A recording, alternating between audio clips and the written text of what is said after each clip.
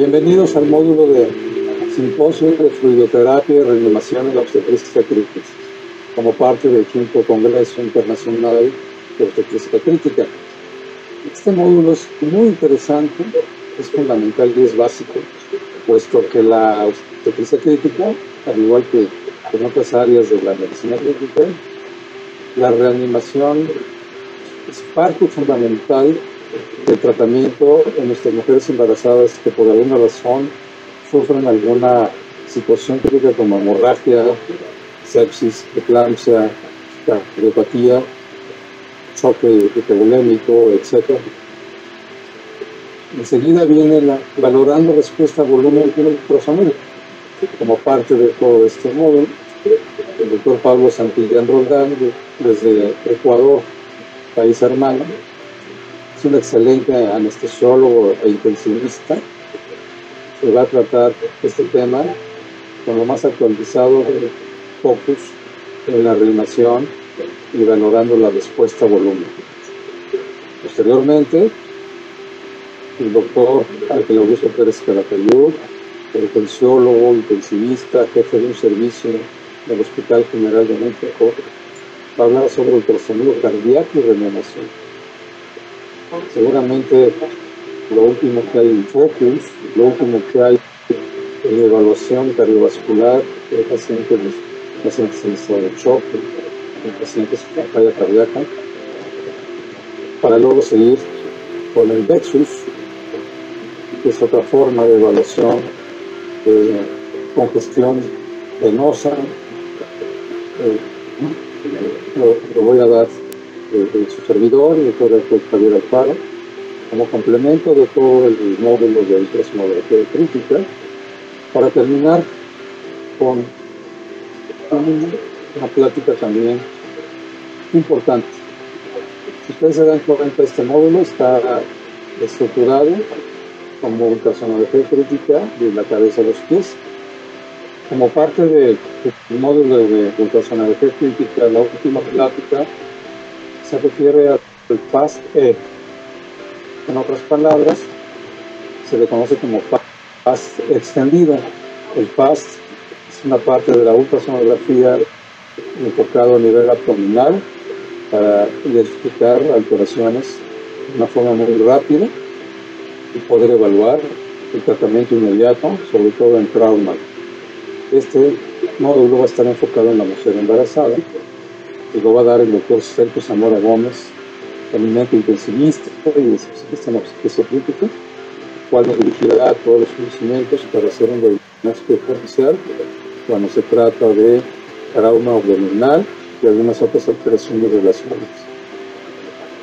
Vean ustedes que todos los temas que se tratan en este módulo están enfocados en la herramienta de la ultrasonografía crítica. Y yo los invito a todos ustedes, como especialistas en obstetricia crítica, a que hagan cada vez más donaciones, después que tengan mayor práctica en sus pacientes y que utilicen la herramienta de ultrasonido cada vez más para hacer mejores evaluaciones de diagnóstico y tratamiento. Los invito también a que sigan todas las pláticas y al final guarden sus preguntas y sus dudas para el módulo de preguntas y respuestas. Les mando un cordial saludo.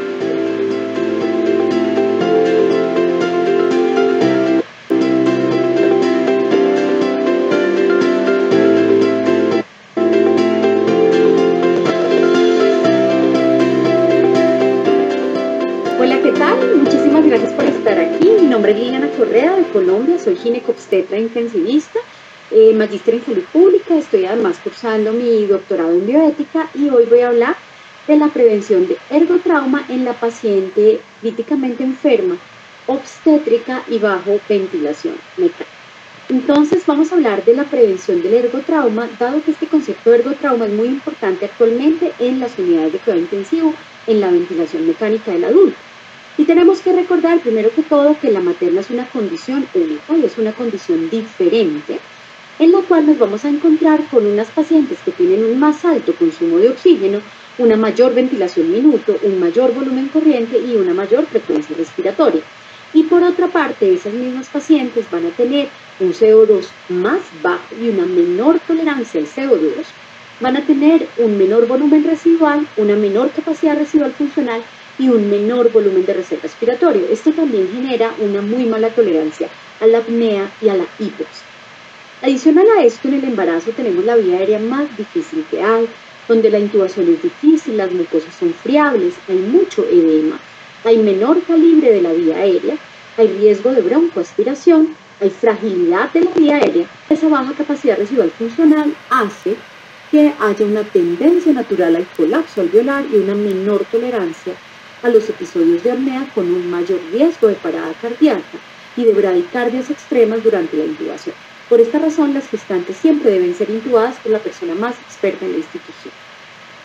Hay que recordar que por solo estar en embarazo tiene 4 veces más riesgo de una vía aérea difícil y 8 veces más riesgo de una intubación fallida. Y adicional, en el embarazo, las presiones transpulmonares pueden estar elevadas y eso no necesariamente es anormal. Hay una tendencia mayor al edema pulmonar y a la ganancia de peso pulmonar, y esto va a ser muy importante en la prevención del PESILI o daño pulmonar autoinfligido. Y además las pacientes tienen un patrón restrictivo en la caja torácica y un efecto mecánico por el embarazo, en particular en embarazos múltiples o en tercer trimestre, que genera una mayor compliance de la caja torácica. Y hay que tener mucha precaución con la titulación del PIB, porque en adultos estamos muy acostumbrados a titular el PIB de acuerdo a si el paciente es respondedor o no respondedor, pero resulta que en la materna hay que tener mucha precaución en esa titulación de PIB porque hay mayor riesgo de descompensación hemodinámica y cuando subimos al PIB puede generarse un menor retorno venoso y empeorar el fenómeno de poseiro o de compresión aortocava, y además las pacientes toleran mal el decúbito supino, porque cuando están en supino se les comprime la aorta, se les comprime la cava, hay riesgo de disminución de retorno venoso y de hipotensión en supino que puede ser muy grave y llevar a la paciente al colapso. Además hay consideraciones únicas de la gestación, como que el feto requiere una mayor oxigenación. Clásicamente se ha dicho que requieren una presión arterial de oxígeno mayor a 70 milímetros de mercurio y que lo ideal es que las maternas saturen por encima de 94 o 95%, y esto es porque con las columnas y con todo el cambio, digamos, de oxígeno que hay o las pérdidas de oxígeno que hay en los diferentes pasos entre el compartimiento materno, el compartimiento placentario y el fetal, lleva a que el feto es crónicamente hipóxico y cualquier deterioro mayor de la oxigenación va a generar una mayor hipoxia fetal y más aún si hay compromisos de la unidad fetoplacentaria, por lo cual este objetivo nació de una propuesta de reducir la hipoxemia fetal. Sin embargo, no hay una literatura contundente al respecto. Con respecto al PaCO2, es decir, al CO2 arterial, se sabe que más de 60, que a veces nosotros lo permitimos dentro de las estrategias de hipercapnia permisiva en el adulto, son muy lesivas para el feto y que los valores extremos de CO2 alteran el flujo sanguíneo placentario y por eso es tan importante prevenir la hipercapnia. Por otra parte, las maternas tienen una mayor alteración de la caja torácica y de la mecánica pulmonar y una menor capacidad residual funcional, por lo cual tenemos que generar estrategias de prevención de barotrauma y no permitir la tendencia natural al colapso de los alvéolos, porque la reapertura o strain va a generar una mayor deformación y un mayor ergotrauma y un mayor trauma relacionado con la ventilación. Entonces hay que recordar que el alvéolo es dinámico y que el alvéolo dinámico se va a enfrentar a dos problemas. Cuando la paciente no está intubada o si ya está intubada, está desacoplada o asincrónica, va a generar un drive respiratorio excesivo y va a generar esfuerzos respiratorios que llevan a la presión intrapulmonar a una presión muy negativa, muy subatmosférica, generando el daño conocido como PSILI o personal SILI, o daño pulmonar autoinfligido o infligido por la persona. Pero cuando ya la he intubado, tengo que generar estrategias activas de prevención de la injuria ventilatoria, llamada VALI o VILI, que es la injuria pulmonar que se adquiere en el ventilador. Porque además la materna va a tener una importancia tendencia al edema pulmonar y al edema subpleural, y sobre todo en tercer trimestre va a haber una tendencia a la atelectasia, y recuerden que la atelectasia genera atelectrauma, porque hay reapertura de esos alvéolos.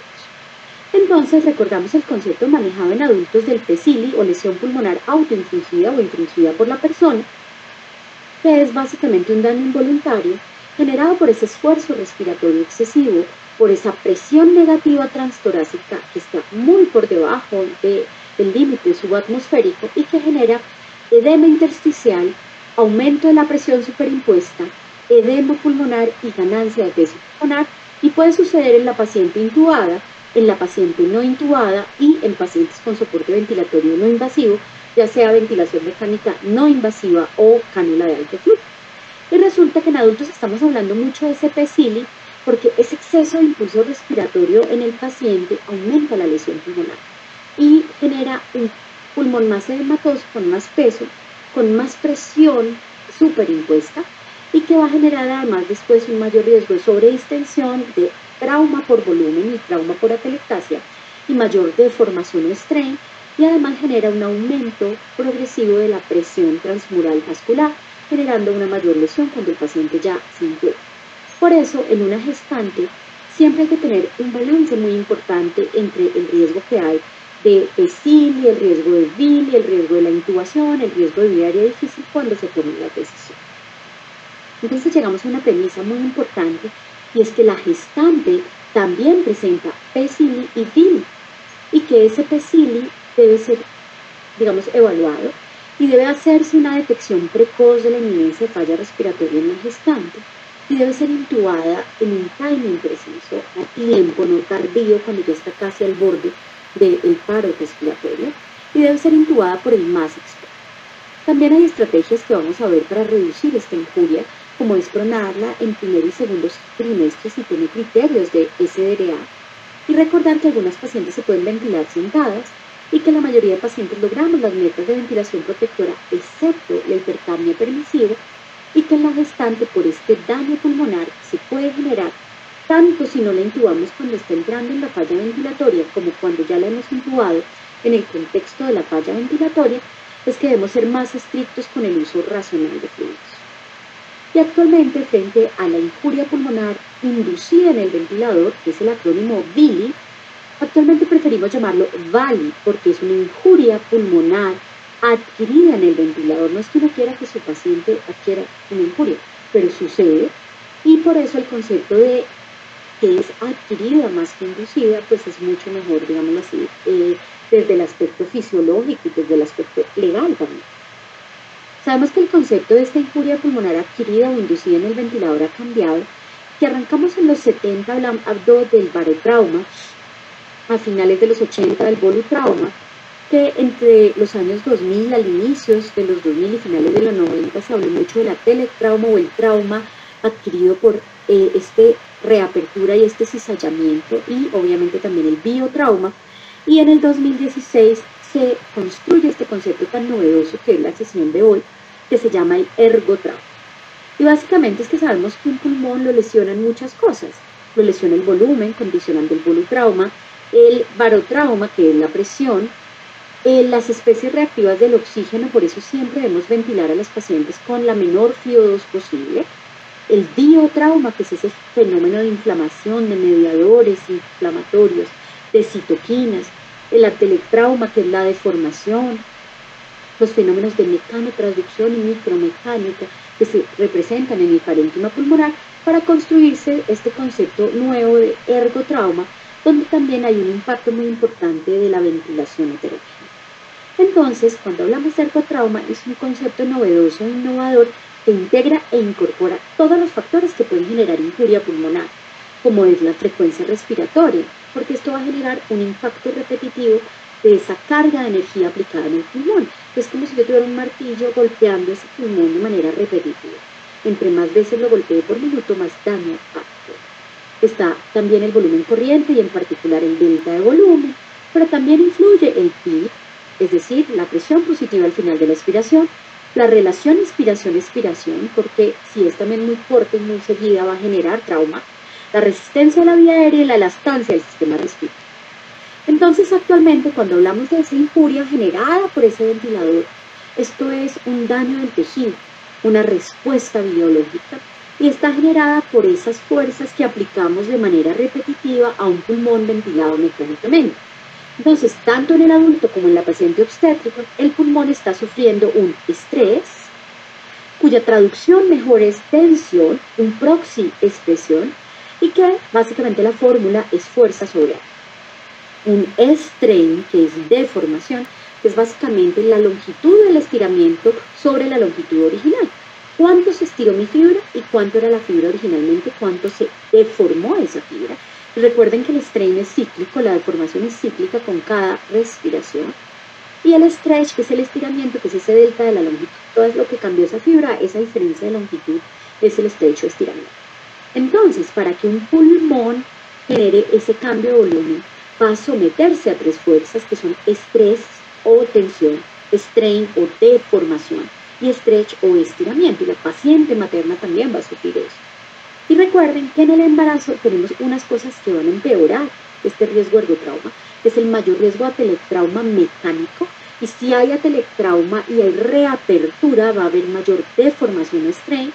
Y el problema es que hemos hablado mucho en adultos de la necesidad de la ventilación de protección pulmonar y de los volúmenes bajos y ultra bajos, pero la paciente gestante no los tolera por el riesgo de retención de CO2 y además la titulación de PIP, que nos gusta en el paciente que es respondedor, que tiene un pulmón respondedor y que tiene ciertos fenotipos, en la paciente obstétrica reduce el retorno venoso y genera mayor hipotensión.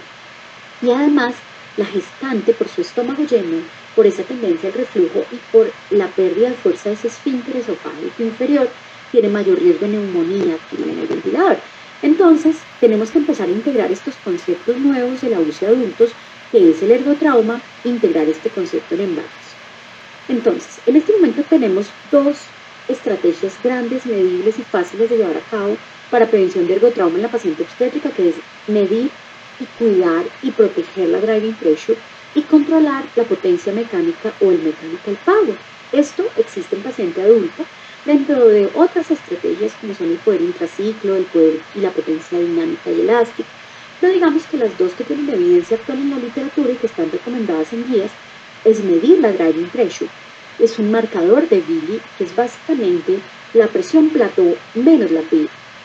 Y el poder mecánico, que básicamente es una representación dinámica de ese ergotrauma, están dados porque los estudios han mostrado que hay una heterogeneidad muy importante en el pulmón enfermo, pero que si yo sobreextiendo esos alveolos o los dejo colapsar, y si hay ventilación heterogénea, va a haber unidades colapsadas y al mismo tiempo va a haber unas unidades que van a estar sobreextendidas. Entonces, que actualmente nosotros sabemos que la lesión pulmonar está causada por estas cosas: la frecuencia respiratoria, la magnitud del flujo del ventilador, la deformación o strain, la elongación o stretch, la tensión o estrés y la distensión alveolar. Y es por eso que medir cosas que son muy prácticas a la cabecera del paciente, como la driving pressure, también traducida como delta P o como presión de conducción alveolar, y el poder mecánico o potencia mecánica o mechanical power, que además tiene dos fórmulas muy sencillas, son fundamentales componentes para evaluar la lesión. Y miren que, por ejemplo, esta publicación de este año 2023 en la revista Chest nos dijo, bueno, ¿cuál fue la diferencia entre los pacientes gestantes y los no gestantes con COVID-19? Y encontró en un estudio de 91 pacientes que estuvieron embarazadas y en el parto de los primeros 6 semanas, que requirieron soporte ventilatorio, de las cuales 69% requirieron ser desembarazadas, evaluaron todos los parámetros ventilatorios y encontraron dos cosas muy importantes, y es que aquellas mujeres sobrevivientes lograron metas de protección pulmonar con una presión plató por debajo de 30, con un delta P por debajo de 14, o sea, muy parecido a lo que buscamos en adultos, que es de 13 a 15. La PAFI mejoró cuando se desembarazó a las 24 horas de haberla desembarazada, pero sin mejorar la extensibilidad pulmonar ni el delta P, y encontró una mortalidad alta, materna del 18% y una mortalidad perinatal alta del 15.4%. Entonces miren que estas metas, que es una plató por debajo de 30 y una driving pressure por debajo de 14, sí mostró en este escenario de casi 100 pacientes ventiladas con COVID-19 que sí se asoció más a sobrevivientes versus los que no sobrevivieron. Y es que resulta que ya Paul Marini nos había mostrado en el 2019 que había unos conceptos que era la ventilación más segura, en la cual evitamos esa exposición repetitiva, ese martillo energético que es el ventilador, porque buscábamos que haya menos frecuencia respiratoria, evitando una tensión o estrés en el tejido. y buscando limitar la presión de conducción alveolar, cuya medida específica es la driving pressure, no tener un caudal de flujo tan agresivo, un PIP apropiado, prudente y que solo se puede titular en respondedores, evitar el colapso o el atelectrauma para de la misma manera reducir el estrés y estrategias de reducción de heterogeneidad como el prono y los cambios de posición y utilizar FiO2 más bajos. Entonces miren que ya se había visto que esa era una manera más segura de ventilar los pacientes.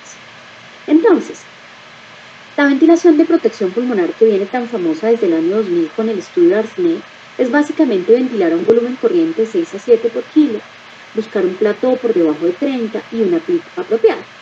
Luego vienen conceptos que se están implementando como el de ventilación personalizada, que ya se baja más el volumen corriente a 4 a 6 por kilo, una plató más baja aún, metas por debajo de 27 centímetros de agua, un PIP individualizado de acuerdo a estrategias para ver qué paciente es respondedor y cuál no, y estrategias para buscar el mejor PIP, que actualmente hay unas muy buenas, y la ventilación alveolar segura, que es buscar ese driving pressure por debajo de 13 a 15, un poder mecánico por debajo de 13 joules minuto, el prono para reducir heterogeneidad, utilizar menos frecuencia respiratoria para golpear menos veces ese pulmón con ese martillo, menos flujo y FiO2 más bajas.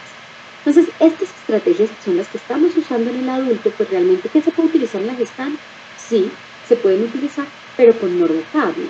Eso hace que sea difícil que logremos esos volúmenes corrientes ultra bajos y tan bajos, y que hay que tener precaución con el PIB y el retorno venoso, porque hay una interacción muy importante entre PIB e hipotensión. Recordemos que tenemos una tendencia a barrer CO2 aumentando volúmenes corrientes y aumentando frecuencia respiratoria, y eso no es bueno, porque al aumentar la frecuencia respiratoria aumentamos este martillo que genera un impacto repetitivo en la energía aplicada al pulmón por unidad de tiempo, de tal manera que no nos sirve tanto. Porque la materna en particular sabemos que tiene riesgo de la hipercapnia, pero no queremos disparar la frecuencia respiratoria porque generamos ergotrauma. Entonces es buscar ese equilibrio, porque sabemos que la materna no tolera la hipercapnia y que con feto in útero no podemos tolerar esa hipercapnia permisiva y esas acidosis respiratoria que sí toleramos en el paciente con distrés respiratorio. Entonces nos toca balancear ese riesgo de ergotrauma con ese riesgo de hipercapnia, buscar ese equilibrio. Y además tenemos que caminar a través de la paciente que hace distrés, que tiene un reto adicional y que existen varias causas de distrés respiratorio, pero siempre tendremos que descartar la sobrecarga de volumen. Y que hay que acordarnos que en SDRA hay causas obstétricas y causas no obstétricas. Ya sabemos que causas no obstétricas están el SDRA inducido por virus, como COVID, influenza, puede ser por asma, por otras infecciones respiratorias, por sepsis, por pancreatitis, por trauma, por politransfusión, por hipertensión pulmonar arterial, pero que también vamos a tener distrés causado por condiciones obstétricas. Pero que esas causas de SDRA que se nos han vuelto tan conocidas después de COVID, también hay que direccionarlas y descartar el edema pulmonar, porque el edema pulmonar en obstetricia debe ser siempre nuestro primer diagnóstico diferencial cuando estamos pensando en un distrés respiratorio. Y además actualmente trabajamos mucho este concepto de que la lesión pulmonar es un estrés heterogéneo en el pulmón, por eso el prono ayuda y por eso existen estrategias para reducción de ergotrauma, porque este estrés se asocia muchísimo a problemas heterogéneos de pulmón. Y miren que el estudio Intercovid nos mostró que la morbilidad y mortalidad materna sí es muchísimo más alta.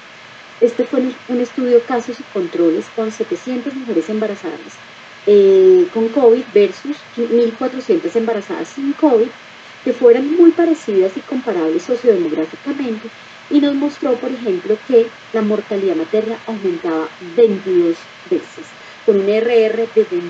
Esto es altísimo, y es que las maternas también hacen SDRA. Ya nos lo había mostrado el año 2009 con la pandemia de la influenza H1N1 y la pandemia COVID-19 también nos mostró que la paciente incluso tiene una mayor susceptibilidad. El otro punto que vale la pena tocar es si esa meta de oxígeno del 95% es realista. Básicamente, la propuesta actual y avalada por la literatura es ir un poquito más allá de la sola saturación. Hay que pensar, bueno, ¿por qué mi paciente requiere oxígeno?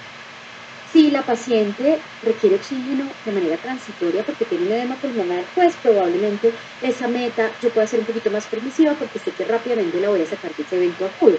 En cambio, si es una paciente que tiene COVID, influenza, estrés respiratorio y sé que esa hipoxemia va a ser más larga, pues sí tengo que tomar medidas adicionales. Esto es básicamente porque en COVID se intubaron muchos pacientes que no tenían necesidad de ser intubadas por buscar esa meta y se llevó a procedimientos invasivos innecesarios, recordando que esto genera una morbilidad adicional tener que intubar a los pacientes. Hay que pensar en cuánto tiempo va a estar probablemente la paciente ventilada o con suplencia de oxígeno, sus comorbilidades, porque si tiene hipertensión pulmonar o una cardiopatía, pues nunca vamos a lograr esa saturación, pero si la intubamos vamos a aumentar una morbilidad adicional.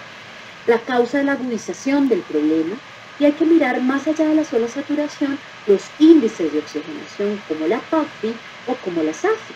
Y hay que utilizar gases arteriovenosos, mirar el shunt, el espacio muerto, la diferencia, el duelo arterial y otros parámetros que no sea solo esa saturación, porque si no vamos a intubar a todas las mujeres que viven en altura y que presentan algún compromiso leve de la oxigenación. Y acuérdense que aquí saturamos más poquito en ciudades como la mía, que estamos 2.600 metros más cerca a las estrellas. Podemos utilizar otras estrategias que no requieren intubación en la paciente como la cánula de alto flujo, que nos da además ventajas como la humidificación del 100%, el PIP o CPAP que hace una presión positiva dinámica en la vía aérea con boca cerrada, pero que además barre CO2 cuando está con boca abierta. La cánula de alto flujo evita microatelectasias, aclara CO2 y hay menos colapso alveolar. Y además alivia la disnea, la paciente está más cómoda y nos evitamos intubarla, mejora el manejo de secreciones por esa humedad relativa. Pero si vamos a utilizar cánula de alto flujo, hay que utilizar estrategias validadas para medir que la paciente lo está tolerando, como es el índice de ROX o el ROX Heart Rate, que es el ROX modificado con frecuencia. De la misma manera, podemos utilizar la ventilación no invasiva, sobre todo para esas condiciones que van a ser temporales en la paciente, como un edema pulmonar. Hay mucho uso, digamos, muchos reportes de uso seguro en embarazo. Debemos dejar una sonda nasogástrica de drenaje para evitar la broncoaspiración, no darles vía oral, y es la mejor opción cuando la causa de la hipoxemia de la falla ventilatoria es sobrecarga de volumen y edema pulmonar. Recordar el riesgo de broncoaspiración y utilizar también estrategias de medir la efectividad de la terapia como el puntaje de Hartford, que se puede calcular fácilmente y está en internet gratis como calcular. Recuerden, ya si mi paciente requiere ventilación mecánica invasiva, sabemos que en la gestante es un reto, que las mujeres van a requerirla tanto por causas COVID, que sigue existiendo, así la pandemia ya recientemente se haya considerado acabada, o no COVID, sigue existiendo influenza. Los principios del distrés respiratorio del adulto se mantienen, pero tenemos que tener en cuenta esos cambios fisiológicos y mecánicos en el manejo y recordar que en la embarazada los tratamientos y los fármacos se justifican en la enfermedad crítica y al igual que en otros adultos se busca la estabilidad del alveolo como un objetivo principal. Normalmente un adulto lo ventilamos así en distrés respiratorio, que es la ventilación, bueno, y en pacientes sin distrés también, que es la ventilación protectora, con volúmenes corrientes de 6 por kilo, una plató por debajo de 27 a 30, una hipercapnia permisiva, unos PIP normalmente mayores a 8, y buscamos un mechanical power por debajo de 13 joules minuto y una driving pressure por debajo de 13 centímetros de agua. Y en el embarazo vamos a hacer más o menos iguales, entre 6 a 7 por kilo, una plató por debajo de 30, pero en tercer trimestre podemos tener pacientes sanas con 35. Aquí no hay base para la hipercapnia permisiva, tenemos que buscar la normocapnia si hay feto y útero. Si ya está desembarazada, vamos a la estrategia de hipercapnia permisiva. Hay igual beneficio del PIP, pero con normovolemia, protegiendo el retorno venoso y evitando que la paciente se hipotense. Y se utilizan estas mismas medidas de prevención de ergotrauma como en el adulto. Siempre en una gestante ventilada, uso racional de fluidos. Los fluidos son malos para la paciente, se le van a desencadenar y se le van a acumular en el pulmón y empeorar la morbilidad y mortalidad. Siempre con tromboprofilaxis se recomienda la protección gástrica con sucralfate o incluso inhibidor de bomba de protones porque es algo temporal y durante la enfermedad crítica se puede utilizar omeprazol, pantoprazol, esomeprazol, cuidados de piel porque hacen mucha lesión de piel, pero hay que ser más estrictos con las estrategias de prevención de neumonía asociada al ventilador y utilizar la nutrición enteral temprana. Y hay reportes de casos exitosos en ventilar a los pacientes en Si nos preguntamos si se puede pronar la gestante, la respuesta es sí, tanto en primero como en segundo trimestre. Adicional, pues están las condiciones fetales. Sabemos que cuando una paciente está hipoxémica, está en distrés respiratorio y está ventilada, pues tiene riesgo de óbito fetal, de restricción de crecimiento intrauterino tardío, y en COVID se demostró riesgo de trombosis de circulación fetoplacentaria, que también se había visto en la era del 2009 de la influenza. La maduración pulmonar por condición obstétrica, es decir, cuando creemos que ese bebé va a nacer en la siguiente semana, debemos madurarlo y debemos evaluar bienestar fetal. La frecuencia dependerá de la condición y la edad gestacional o cada vez que deteriore la condición materna. Con respecto a la radiación, podemos usarla porque prima la vida de la gestante. La placa de tórax, el TAC de tórax, el angio-TAC de tórax son seguros, pero debemos pues reducir la exposición, sobre todo en primer trimestre, cubrir el abdomen y proteger el feto. Y recuerden que, así como nos dice el World Journal de Critical Care, la clasificación de fármacos en el embarazo hay que evaluar la riesgo-beneficio. Sabemos que el 66% de los fármacos son categoría C, el periodo teratogénico mayor es en las primeras 8 semanas, pero que tanto el Colegio Americano de Obstetricia y Ginecología como el Colegio Británico nos han dicho: busque el beneficio de la madre, en un escenario de cuidado crítico, use los fármacos que necesite a menos que exista otra alternativa más segura, porque la vida de la madre queda. Con respecto a los sedantes, para mantener esta ventilación mecánica y que la paciente no haga drive respiratorio excesivo y no haga asincronías, hay que recordar que la mayoría pasan transplacentaria. El propofol es seguro, pero puede tener efectos sedantes en el neonato y hacer depresión respiratoria en el bebé. Hay que alertar de estos usos al pediatra. Midazolam suele acumularse y hacer depresión neonatal. El fentanil también se acumula y produce sedación neonatal. El remifentanil es de corta acción, muy seguro. Su metabolismo único por esterasas plasmáticas permite que casi no impacte al bebé. Y la dexmedetomidina también es segura. Generalmente recomendamos en primero y segundo trimestre sedación convencional con fentanil midazolam o fentanil propofol, y en tercer trimestre o intraparto, si va a haber nacimiento pronto y la paciente se deja ventilar, con dexmedetomidina y remifentanil sería una excelente opción. Hay que hacer prevención activa de neumonía asociada al ventilador.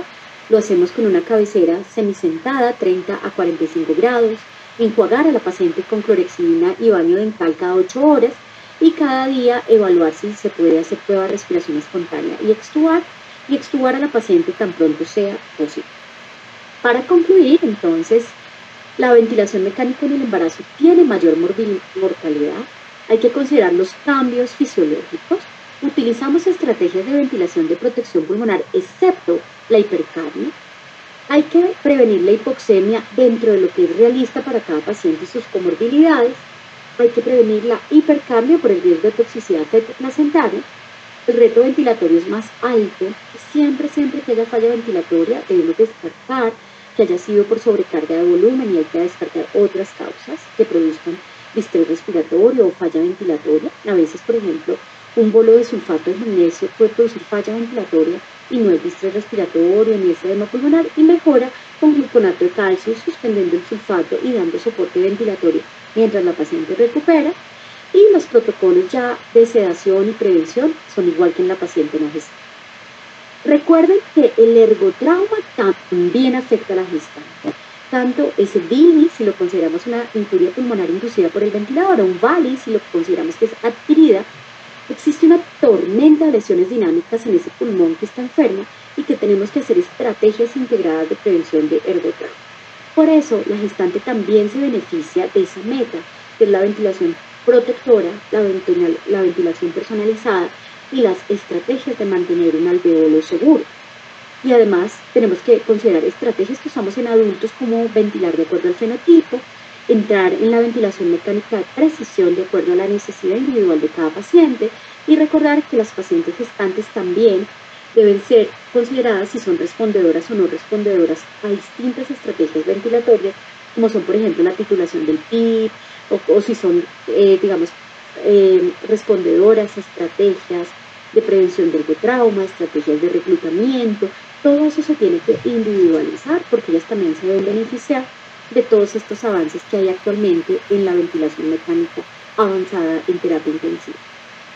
Eso era lo que les queríamos transmitir en el día de hoy. Muchísimas gracias de verdad por la invitación.